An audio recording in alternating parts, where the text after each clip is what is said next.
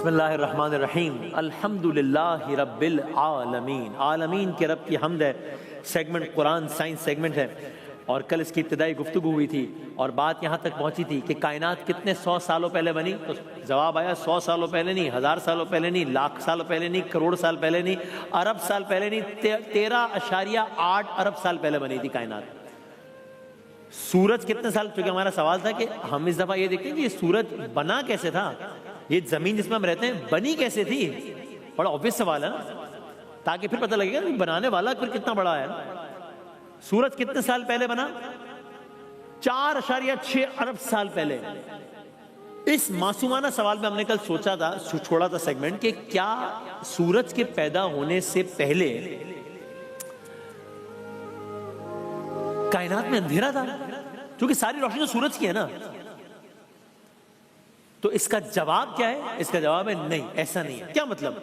जब रोशनी सूरज देता है और कायनात बहुत पहले बन गई थी, सूरज उसके बहुत बाद बना, तो उस वक्त अंधेरा क्यों नहीं था? रोशनी किस चीज की थी फिर? तो इसका मासूमाना जवाब यह है कि ये तो हम बात कर रहे हैं इस सूरज की, अपने वाले सूरज की। ये अपना हमारा सूरज, ये कोई एक सूरज थोड़ी है इस दुनिया में, ये कोई एक सूरज तो नहीं है ना इस कायनात में। कितने सूरज हैं इस कायनात में? इसका जवाब यह है कि इसका कोई नंबर ही नहीं है।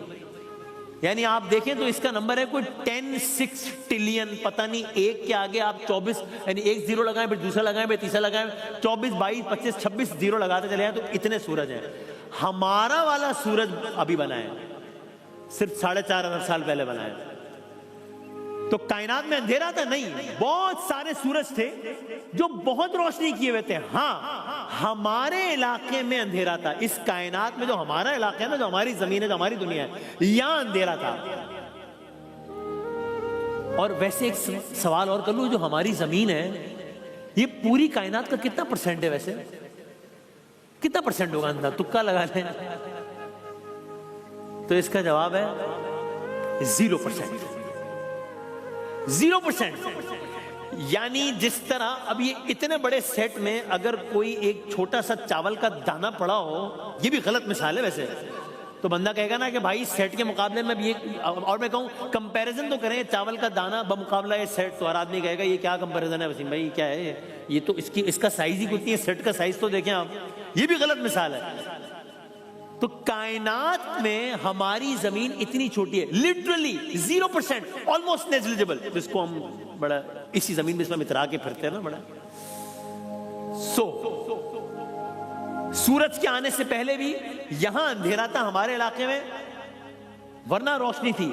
तो हमारे निजाम शमसी का, हमारे सोलर सिस्टम का जरा वो जमाना देखते हैं, जब सूरज अभी पैदा नहीं हुआ था, तब हमारी तरफ क्या मामला था? तब यहां पर ना रोशनी थी, तब यहां पर ना हरारत थी, तब यहां पर ना कोई सुबह थी, तब यहां पर ना कोई शाम थी। बस एक बेहद वसी, बहुत ठंडी और इंतहाई पुरअसरार तारीकी थी। अब है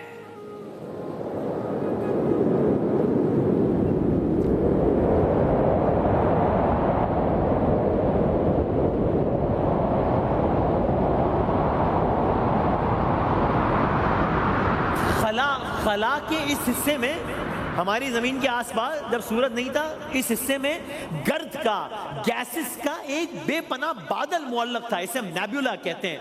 ये बादल, अभी हम टॉपिक क्या है, सूरज कैसे पैदा हुआ, ठीक है, ये ज़हन में रहे।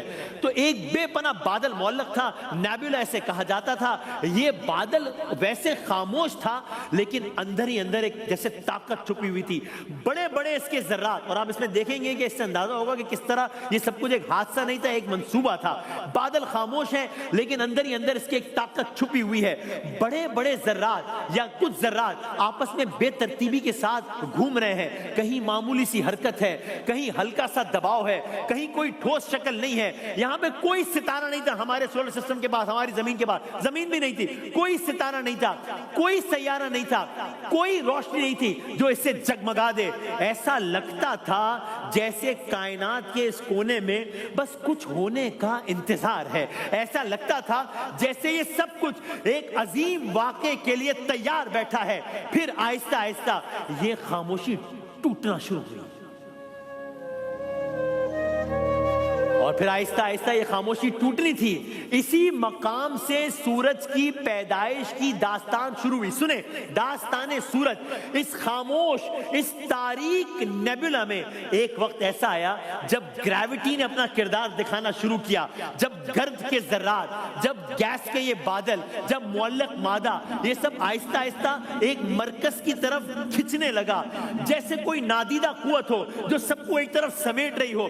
जूं जूं ये मादा जमा होता गया, दबाव बढ़ता गया, प्रेशर बढ़ता गया, टेम्परेचर बढ़ता गया, और यही जो खामोश नेबुला है अब अंदर से जलना शुरू हो गया।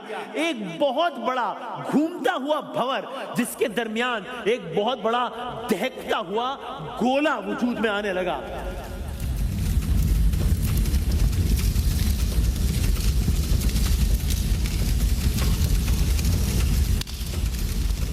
लेकिन अभी सूरज नहीं बना है, अभी इसका इनिशियल स्टेज है, अभी ये सिर्फ एक प्रोटो स्टार है, सिर्फ प्रोटो स्टार है। अभी एक नौ मौलूद सितारा है जिसने अभी जन्म भी नहीं लिया है, या जो भी पैदा भी नहीं हुआ है पूरे तरीके से, मगर इसके अंदर जो टेम्परेचर पैदा हो रहा है वो बता रहा है कि कुछ गैर मामूली होने वाला है। फिर एक लम्हा ऐसा आया जब इसके अंदर न्यूक्लियर फ्यूजन होना शुरू हुए, और यूं जब न्यूक्लियर फ्यूजन होना शुरू हुए, यूं पहली बार रोशनी फूटी, यूं पहली बार तवानाई का धमाका हुआ, यूं पहली बार कायनात के इस अंधेरे हिस्से में पहली मर्तबा सूरज ने आंख खोली।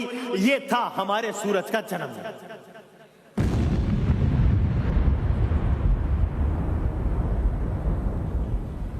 अब रोशनी होना शुरू हुई, अब सूरज वजूद में आया, अब जमीन के या कायनात के हिस्से ने रोशनी नाम की चीज को जाना। सो अब जब कुरान करीम की हम तिलावत करें और कहीं सूरज का तस्करा है तो ये सारी दास्तान भी ज़हन में रखिएगा, how it came into being. वो सूरज जो आज हमारी जमीन को जिंदगी देता है, वो सूरज जो निजाम शमसी को संभालता है, वो सूरज जो अरबों सालों से कायनात के इस कोने को रोशन किए हुए है,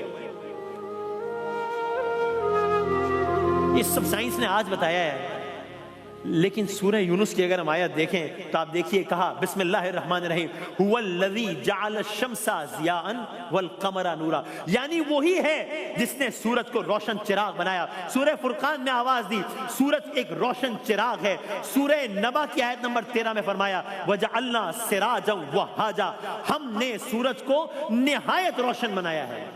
साइंस ने अभी बताया है कि रोशनी का जरिया मंबा तो सूरज है। ये 1400 साल पहले सूरह नबा आयत 13, वजअलना सिराजन वहाजा, हमने सूरज को निहायत रोशन बनाया है। सूरज बन गया।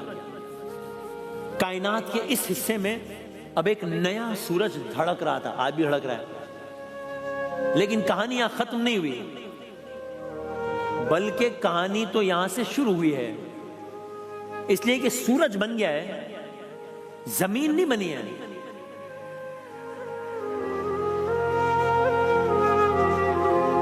तो ये जमीन जिस पर हम रहते हैं, जिस पे खेत खलियान, बादल, दरिया, पहाड़, ये सब कैसे बनी, ये जमीन कैसे वजूद में आई, और इस जमीन के वजूद में आने का इस सूरज से क्या ताल्लुक है, कलर्स करेंगे इंशाल्लाह।